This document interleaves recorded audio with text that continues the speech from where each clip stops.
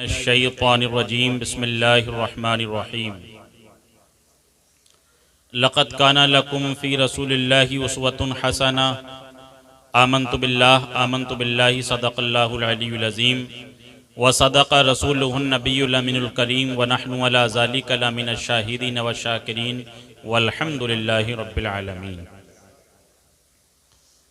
आदमियत को नए तर्ज पे ढाला जिसने, डगमगाते हुए इंसा को संभाला जिसने, हर बुराई को किया देश निकाला जिसने, कर दिया मशरिको मगरिब में उजाला जिसने, उसी इंसान को महबूब खुदा कहते हैं और नाम सुनते हैं तो सब सल्ले अला कहते हैं। एक बार बावाज़ बुलंद बारगाह रिसालत मुआब सल्लल्लाहु ताला अलैहि वसल्लम में दुरूद पाक का नजराना पेश करें। पढ़ें अल्लाहुम्मा सल्ली अला सय्यदना व मौलाना मुहम्मदिन तिब्बिल क़ुलूबि व दवाइहा आफ़ियतिल अबदानी व शिफ़ाइहा नूरुल अबसारी व ज़ियाइहा सल्लल्लाहु ताला अलैहि वसल्लम। अज़ीज़ान बावक़ार, आज की ये मुबारक व मसूद महफ़िल हुज़ूर सैयद काज़िम अली मियाँ नव्वरल्लाहु मरक़दहू के उर्स के मुताल्लिक़ मुनक़्क़िद की गई है। अल्लाह रब्ब क़दीर हाज़रीन और सामाईन सब की दिली और जायज़ तमन्नाओं की तकमील फ़रमाए और दुआओं को अपनी बारगाह में शरफ़ क़बूलियत अता फ़रमाए। गुफ्तगू से क़ब्ल कुछ अशार सुने जो आपने मेरी ज़बान से बारहा सुने होंगे, लेकिन उनकी चाशनी कभी कम नहीं होती। शायर ने कहा कि फ़ज़ले रब्बुल उला और क्या चाहिए, फ़ज़ले रब्बुल उला और क्या चाहिए, मिल गए मुस्तफ़ा और क्या चाहिए, और जिनके हाथों में है दामने मुस्तफ़ा उनको रोज़े जज़ा और क्या चाहिए। जिनके हाथों में है दामने मुस्तफ़ा उनको रोज़े जज़ा और क्या चाहिए। और हाज़िरी हो गई उनके दरबार में, हाज़िरी हो गई उनके दरबार में, मिल गया मुद्दआ और क्या चाहिए। और है सिकंदर सना खान शाह उमम, है सिकंदर सना खान शाह उमम, इज़्ज़तो मर्तबा और क्या चाहिए, इज़्ज़तो मर्तबा और क्या चाहिए। अज़ीज़ान बावक़ार, आज इस मुक़द्दस महफिल में आपने अपना कीमती वक्त सर्फ किया। अपने घर के नर्म और बेहतरीन आरामदेह बिस्तरों को छोड़ करके आज आप इस उर्स मुबारक की महफिल में हाजिर हुए हैं। और यहाँ बैठना अगर वाकई खुलूस व लिल्लाहियत के साथ होगा तो इस महफिल में जो शख्स अल्लाह की रज़ा के लिए बैठा होगा, अल्लाह ताला इन लम्हात को, इन वक्तों को भी आपका इबादत में शुमार अता फरमा देगा। चूँकि फरमाया गया, हर के ख्वाहत हम नशीनी बाखुदा ऊ नशीनत दर हुजूर औलिया, कि जो शख्स इस बात का मुतमन्नी और ख्वाहिशमंद है कि वो अल्लाह के हुजूर बैठे, अल्लाह की मजलिस में बैठे, तो अब अल्लाह रब्ब क़दीर के बारे में तो एक मोमिन का यह अकीदा है कि अल्लाह जिस्मो जिस्मानियत से पाक है, अल्लाह मकान से पाक है। तो फिर ये किस लिए कहा गया कि हर खे ख्वाहत हम नशीनी बाखुदा ऊ नशीनत दर हुजूर औलिया। जब अल्लाह ज़मान से पाक, अल्लाह मकान से पाक, अल्लाह जिस्म से पाक, तो अब बारगाह रब्बुल इज़्ज़त में हम बैठे कैसे। तो आगे का शेर बताता है कि जो शख्स किसी अहलुल्लाह के पास बैठता है, हकीकत में वो अल्लाह की मजलिस में बैठता है। क्योंकि अहलुल्लाह इस रुए ज़मीन पर अल्लाह रब्बुल इज़्ज़त की तजल्लियात का मजहर होते हैं।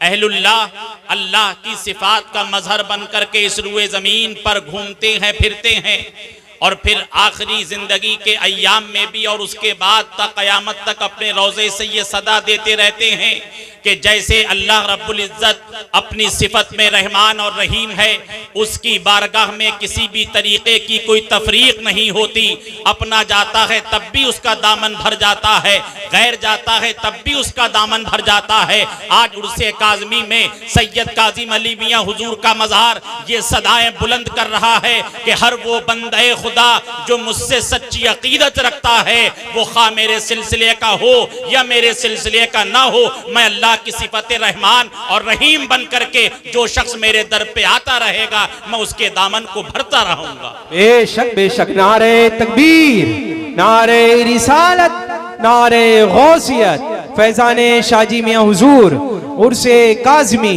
हजरत अल्लामा मौलाना साबिर मियाँ शेरी साहिब क़िबला, नारे तकबीर, जिंदाबाद जिंदाबाद। तो ये बुजुर्गान दीन औलियाए कामिलीन अल्लाह की सिफात के मजहर होते हैं। इसीलिए फरमाया गया कि हर के ख्वाहद हम नशीनी बाखुदा ऊ नशीनत दर हुजूर औलिया, कि जो शख्स इस बात का मुतमन्नी और ख्वाहिशमंद है कि परवरदिगार आलम की मजलिस में बैठे, वो किसी अल्लाह वाले की बारगाह में बैठ जाए, अल्लाह वाला उसको अल्लाह तक मिलाने की पूरी कोशिश करता है। और आज जो सैयदना काज़िम अली मियाँ हुजूर रहमतुल्लाह ताला अलैह के मज़ार पुरअनवार पर ये रहमत बरस रही है, ये नूरानी और पुरकैफ मंजर जो हम अपनी निगाहों से देख रहे हैं, ये किस बात का सबूत है? अल्लाह के नबी फरमाते हैं कि कब्रुल मोमिनी रौज़तुम मिन रियाजिल जन्ना, कि मोमिन की कब्र जन्नत के बागीचों में से एक बागीचा है, मोमिन की कब्र जन्नत की क्यारियों में से एक क्यारी है। अब बारगाहे रिसालत में हम सवाल करते हैं, या रसूल अल्लाह, आपने मोमिन की कब्र को जन्नत के बागीचों में से एक बागीचा कहा, या रसूल अल्लाह आपने मोमिन की कब्र को जन्नत की खिड़कियों में से एक खिड़की क्यों नहीं कहा? या रसूल अल्लाह आपने मोमिन की कब्र को जन्नत के दरवाजों में से एक दरवाजा क्यों नहीं कहा? या रसूल अल्लाह आपने जन्नत के एक महल में से एक महल क्यों नहीं कहा? या रसूल अल्लाह आपने जन्नती दरख्तों में से कोई दरख्त क्यों नहीं कहा? या रसूल अल्लाह हमारे माँ बाप आप पे कुर्बान, आपने मोमिन की कब्र को बागीचे से तशबीह क्यों दी? तो आलम तसव्वुर में आपको जवाब मिलेगा कि जब इंसान बेचैन होता है, बेइत्मीनान होता है, बेसुकून होता है, तो इंसान जाता है किसी बागीचे में ताकि जाने के बाद उसको इत्मीनान हासिल हो, उसको करार हासिल हो, उसको तस्कीन हासिल हो। तो अहलुल्लाह ये वो मज़ारात हैं कि जब तुम्हें रूहानियत का फुकदान हो चुका हो, जब तुम्हारी रूहानियत की बैटरी बिल्कुल खत्म हो गई हो, जब तुम्हारे पैसा होने के बावजूद, लग्जरी बेडरूम होने के बावजूद, आला महिल्लात और मकान होने के बावजूद जब तुम्हारे कल्ब को कहीं तस्कीन ना मिले, तो चले जाना बगदादे मुअल्ला, तुम्हारे दिल को तस्कीन मिल जाएगी। चले जाना अजमेरे मुअल्ला, तुम्हारे दिल को तस्कीन मिल जाएगी। चले जाना सरहिंदे मुअल्ला, तुम्हारी जिंदगी को तस्कीन मिल जाएगी। चले जाना तुम पीलीभीत शरीफ, तुम्हारी जिंदगी को तस्कीन मिल जाएगी। चले जाना तुम बरेली शरीफ, तुम्हारी जिंदगी को तस्कीन मिल जाएगी। और ऐ मवई के सुन्नी गयूर मुसलमानों, जब तुम्हारी जिंदगी तुम्हें अंदर से झंझोड़ रही हो, तो चले जाना काज़िम अली मियाँ के दर पे, तुम्हारी जिंदगी को तस्कीन मिल जाएगी। बेशक, सुभान अल्लाह सुभान अल्लाह, जिंदाबाद जिंदाबाद, बहुत खूब, क्या बात है। तो मोमिन की कब्र जन्नत की क्यारियों में से क्यारी होती है। तकबीर, नारे रिसालत, नारे गौसियत, फैजाने शाहजी मियाँ हुजूर, उर्से काज़मी। क्या फरमाया अल्लाह के नबी ने कि मोमिन की कब्र जन्नत की क्यारियों में से एक क्यारी होती है। और फिर आका फरमाते हैं कि जिसके जिंदगी में हसनात का फुकदान हो और सय्यात का भरमार हो, अल्लाह के नबी फरमाते हैं कि हुफरतिम मिन हुफरिन नार, उस बंदे की कब्र जहन्नम के गढ़ों में से गड़ा हो जाती है। मैं आपको अपनी जिंदगी का खुद मुशाहिदा बताऊं, अभी पिछले साल मैं आगरा गया, तो आगरा से आगे एक जगह पड़ती है सिकंदरा राव करके, वहां पर इस रुए जमीन पे जिसने उलूहियत का, अपने आप को रब होने का दावा किया था अकबर, उसके कब्र बनी हुई है। तो आप यकीन मानिए, जैसे ही हम वहां घूमने के लिए गए, विजिट करने के लिए, तो जैसे ही उसके मकबरे के पास से गुजरना हुआ तो ऐसा लगा कि अब कै आ जाएगी, उल्टी आ जाएगी, क्योंकि जो जिंदगी में अल्लाह की नाफरमानी करता है उसकी कब्र जो होती है वो जहन्नम का गड़ा होती है, और जो अल्लाह की फर्मा बरदारी करता है उसकी कब्र जन्नत का बगीचा हुआ करती है। और आज हुजूर सैयदना काज़िम अली मियाँ हुजूर रहमतुल्लाह ताला अलैह का जो मज़ारे पुरअनवार जगमगा रहा है, आप अपने बेहतरीन उम्दा किस्म के लिहाफ और गद्दों को छोड़ करके इस मामूली सी सख्त जमीन पर बैठे हुए हैं।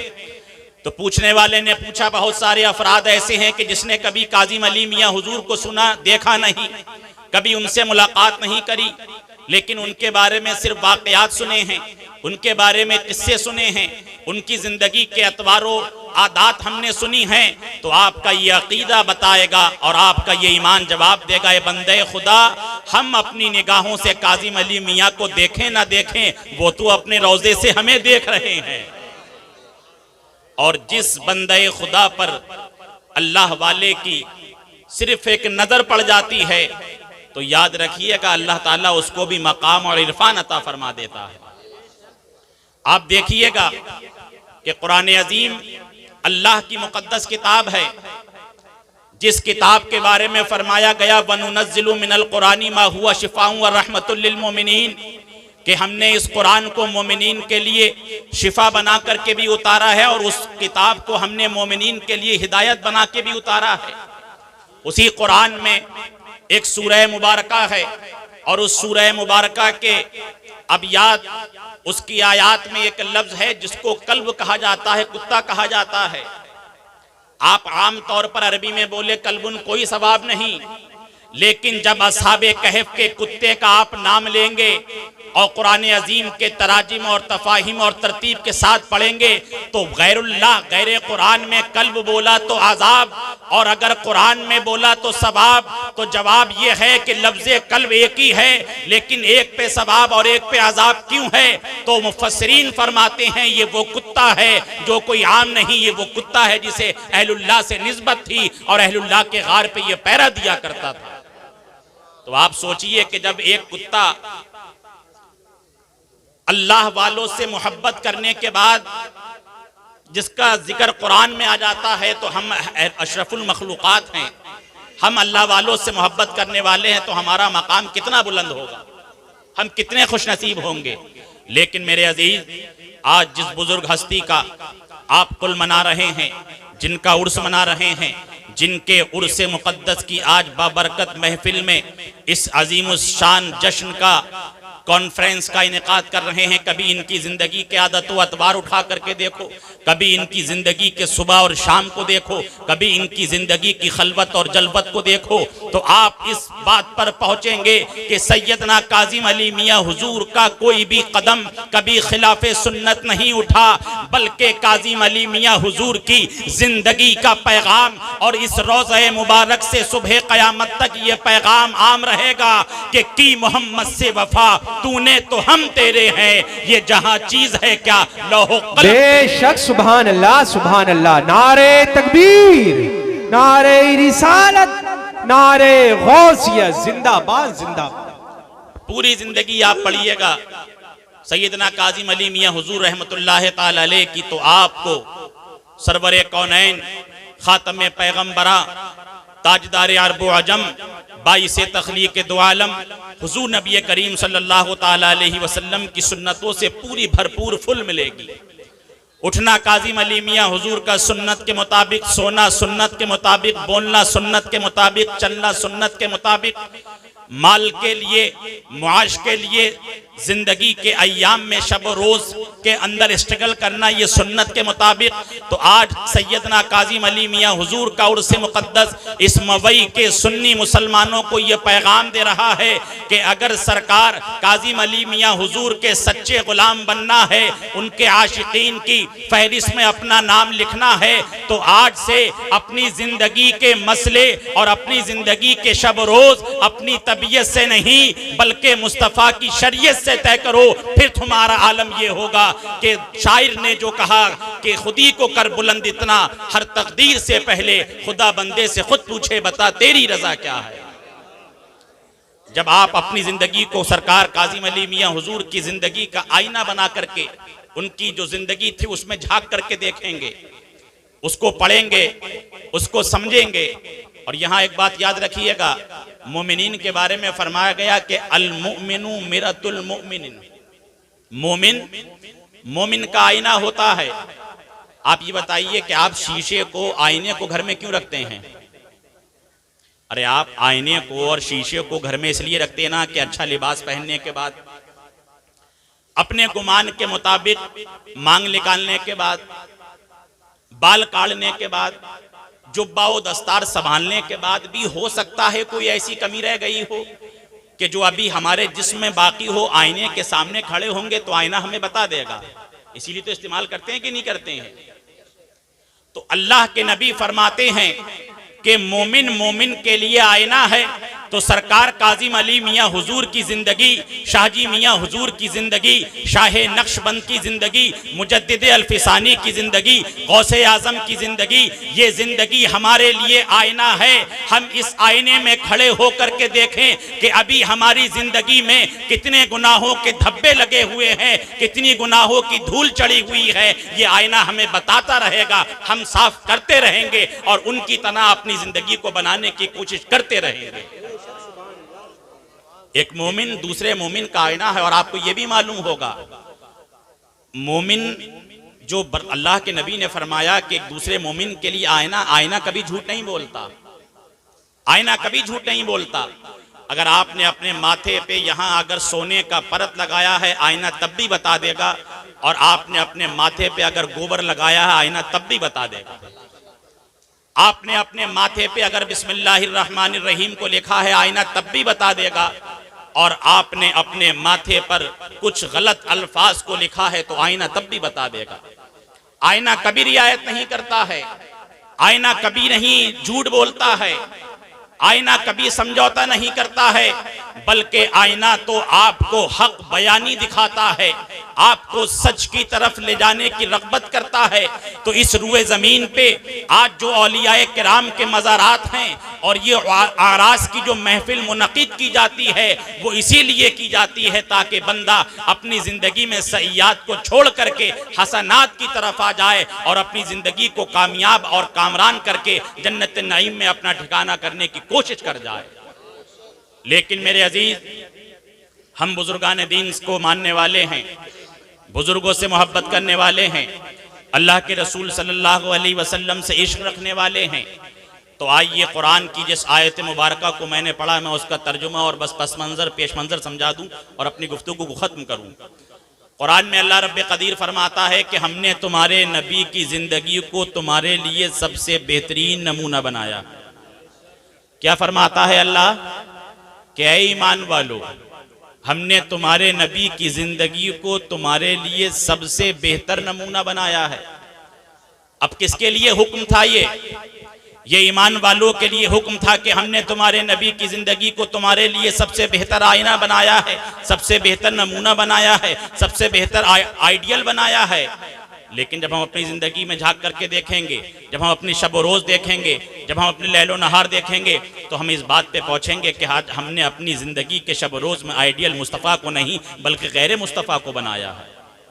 आपका चलना सुन्नत के खिलाफ, आपका बैठना सुन्नत के खिलाफ, आपका बोलना सुन्नत के खिलाफ, आपका पहनना सुन्नत के खिलाफ, आपका कारोबार सुन्नत के खिलाफ, आपके जिंदगी के मसाइल सुन्नत के खिलाफ, सारा काम सुन्नत के खिलाफ कर रहे हैं। और जब शादी होती है तो बोले निकाह कर लीजिए मस्जिद में, ये सुन्नत के तरीके पर है। ये वही तरीका है जो बनी इसराइल के जमाने में था लोगों के अंदर, कि जहां अपने मिजाज की बात आई शरीयत को ले लिया और कहा कि जहां अपनी जिंदगी के मसाइल और नुकसान और घाटे हो रहे हैं वहां शरीयत को छोड़ दिया। अल्लाह के नबी की जिंदगी को मोमिनीन के लिए बेहतरीन नमूना बनाया गया है। आप अगर कारोबार करते हैं तो कैसे कारोबार करना है, अल्लाह के रसूल सल्लल्लाहु अलैहि वसल्लम की सीरत आपको बता रही है। अगर आपको अल्लाह ने बाप के दर्जे पे फाइज किया है तो औलाद की तरबियत कैसे करना है, रसूलुल्लाह की सीरत बता रही है। अगर आपको अल्लाह ने आलिम बनाया है, हाफिज बनाया है, मुफ्ती बनाया है, दुनियावी तौर पर प्रोफेसर बनाया है, डीएम बनाया है, एसडीएम बनाया है, डॉक्टर बनाया है, तो कौम की खिदमत कैसे करना है ये रसूलुल्लाह की सीरत बता रही है। अगर जिंदगी में कोई बराबर में पड़ोसी है, उस पड़ोसी के हक कैसे अदा करना है ये रसूलुल्लाह की सीरत आपको बता रही है।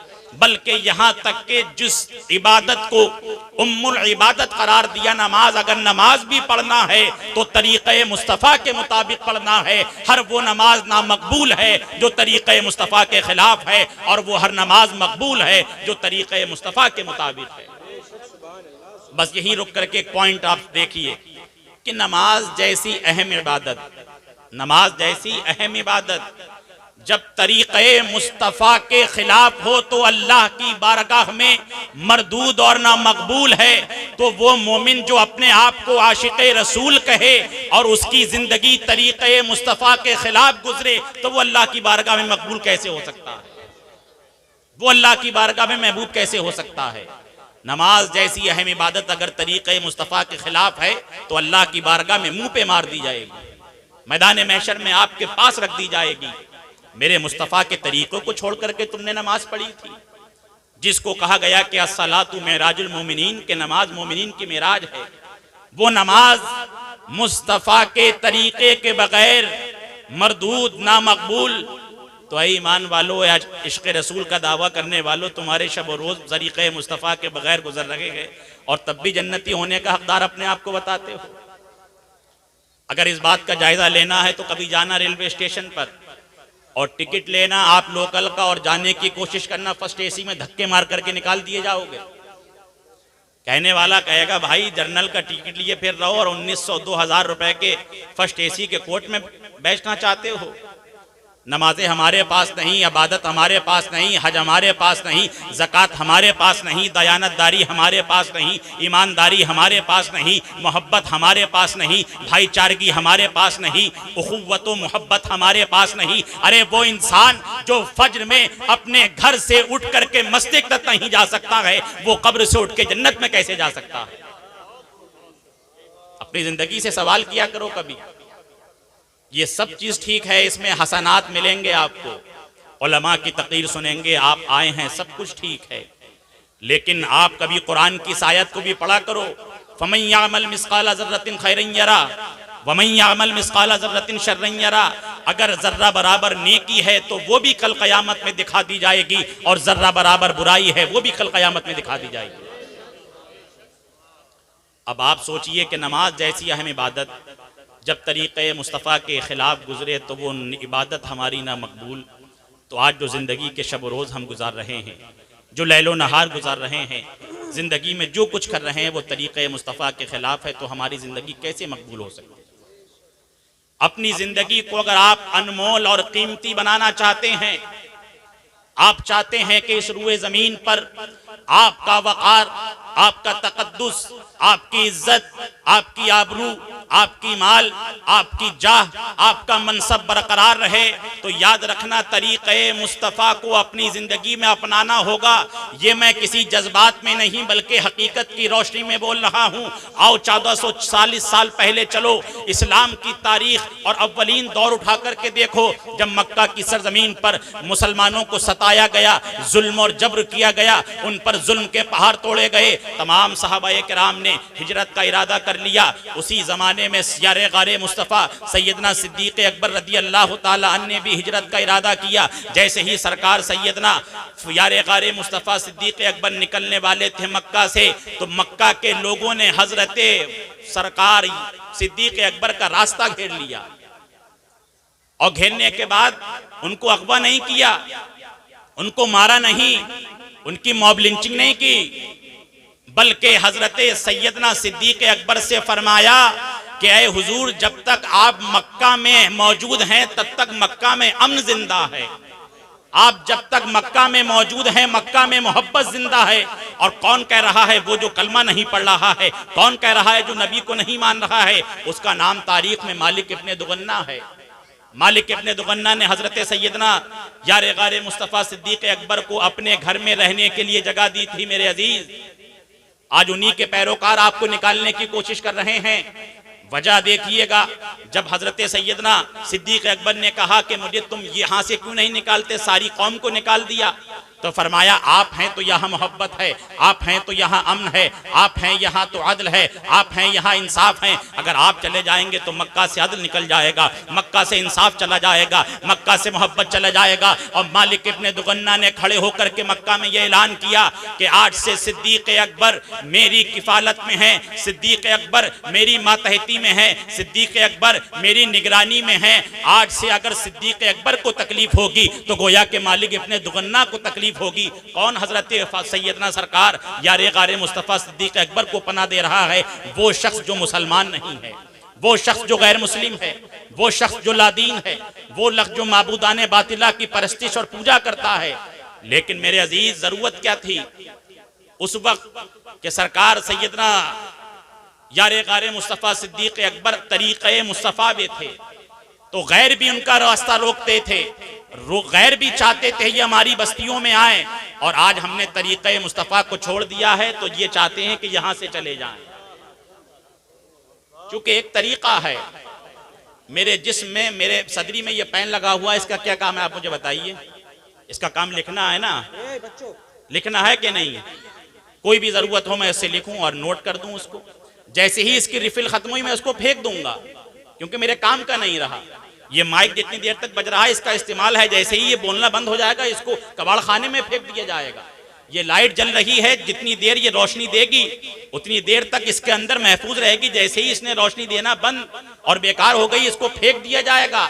तो ये जिंदगी का मिजाज है कि जब तक जिस चीज से नफा होता है लोग उसको संभाल करके रखते हैं। तो ऐ मुसलमानों, अगर हिंदुस्तान में अपना वकार और तकद्दुस चाहते हो तो अपने मिल्ली मसाइल को खत्म करके बस एक हो जाओ कि हम कुछ भी नहीं हैं, सबसे पहले हैं तो मुसलमान हैं और रसूलुल्लाह के वफादार हैं। बेशक, सुभान अल्लाह, सुभान अल्लाह, जिंदाबाद जिंदाबाद। बहुत खूब। आपको मिटाने की तैयारी बहुत भरपूर तरीके से चल रही है और मिट भी रहे हैं आप। ये नहीं सब बातों का नतीजा है तरीक़े मुस्तफ़ा के खिलाफ है आपकी जिंदगी। दिन हमारे तरीक़े मुस्तफ़ा के खिलाफ, रात हमारे तरीक़े मुस्तफ़ा के खिलाफ। बहरहाल अल्लाह ताला हम सबको अमल की तौफीक अता फरमाए। अस्तग़फिरुल्लाह रब्बी मिन कुल्लि ज़ंबि व अतूबु इलैहि व अक़ूलु ला इलाहा इल्लल्लाह मुहम्मदुर रसूलुल्लाह सल्लल्लाहु अलैहि वसल्लम।